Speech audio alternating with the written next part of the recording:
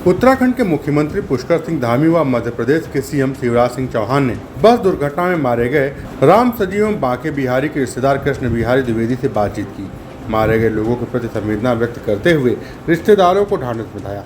Helicopter से CM घटनास्थल में पहुंचे तथा दुर्घटना का जायजा लिया। शिवराज सिंह चौहान ने कहा है कि यह बहुत ही दुर्भाग्यपूर्ण हादसा है। घटनास्थल पर उत्तराखंड के मुख्यमंत्री पुष्कर सिंह धामी के साथ हूँ। हम दोनों कल रविवार शाम 7 बजे से ही संपर्क में थे। जिला प्रशासन ने मुख्यमंत्री धामी के निर्देश में राहत एवं बचाव कार्य तत्काल प्रारंभ कर दिए थे। दुर्भाग्यपूर्ण हादसा है। अभी घटनास्थल पर मैं माननीय मुख्यमंत्री उत्तराखंड पुष्कर जी के साथ हूं। रात से ही हम दोनों शाम से ही कल संपर्क में थे 7 बजे के बाद, और यहां जिला प्रशासन ने मुख्यमंत्री जी के निर्देशन में राहत और बचाव के काम तत्काल प्रारंभ कर दिए थे। अभी मैं रात में लगभग 12 बजे पहुंच गया था देहरादून, जितने जल्दी हो सकता था, लेकिन लगातार पुष्कर जी से बातचीत हो रही थी। मैं आभारी हूं स्थानीय प्रशासन का और निवासियों का भी कि रात में ही पार्थिव शरीर जो यहां नीचे बिखरे हुए थे, रेस्क्यू करके रात में ही निकाल लिए। रात में ही पोस्टमार्टम हो गया और पार्थिव शरीर तीर्थ यात्रियों के देहरादून रवाना हो गए। लगभग 10 साढ़े 10 बजे के आसपास वहां पहुंच जाएंगे। वहां एम्बॉर्मिंग जल्दी करा के हमारी कोशिश ये है कि हम उनको ससम्मान घर पहुंचाएं। मेरी रक्षा मंत्री माननीय राजनाथ सिंह जी से चर्चा हुई और हमने आग्रह किया कि बस से बहुत समय लगेगा, गाड़ियों से बहुत समय लगेगा बाय रोड, तो कृपया करके एयरफोर्स का विमान अगर हमें उपलब्ध करा दें तो एयरफोर्स के विमान से हम जल्दी उनको घर पहुंचा पाएंगे। एयरफोर्स का विमान तीर्थयात्रियों के सबको लेने 2 बजे जॉली ग्रांट में होगा। वहां बाकी औपचारिकता पूरी करके एयरफोर्स के विमान से उन सबको खजुराहो एयरपोर्ट हम उतारेंगे और खजुराहो में हमारी गाड़ियां तैयार रहेगी, जहां से उनके गांव, जो वहां से खजुराहो से 1 घंटे के रास्ते पे है, उनके गांव पहुंचाएंगे।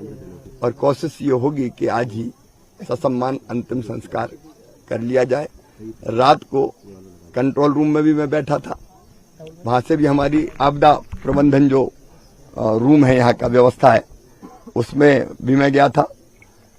अस्पताल हम गए, अस्पताल में ड्राइवर सहित 3 लोग और भर्ती हैं। अभी तीनों स्थिर है। मैक्स अस्पताल में उनका इलाज चल रहा है। हर संभव प्रयास ये कर रहे हैं कि वो बचें और स्वस्थ होके वापस जाएं।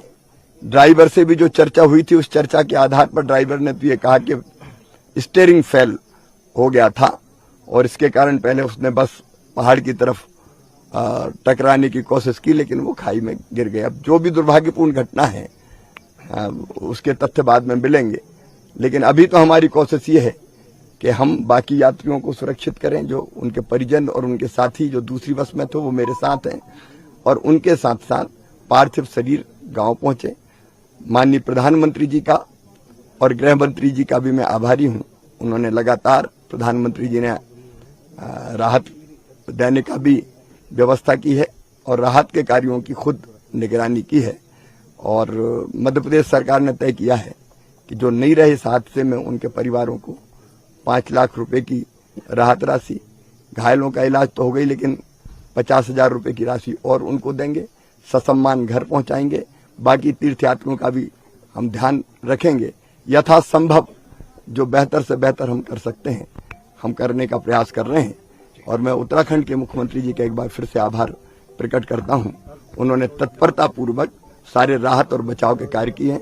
एनडीआरएफ की टीम, एसडीआरएफ की टीम तत्काल काम में लग गई थी, इसलिए रात के अंधेरे में भी खाई से लोगों को निकाल के लाना हमारे लिए बहुत राहत की बात है। गौरतलब है कि मध्य प्रदेश के पन्ना से चारधाम यात्रा पर आए श्रद्धालुओं की बस यमुनोत्री हाईवे पर दुर्घटनाग्रस्त हो गई। श्रद्धालु यमुनोत्री धाम के दर्शनों के लिए जा रहे थे।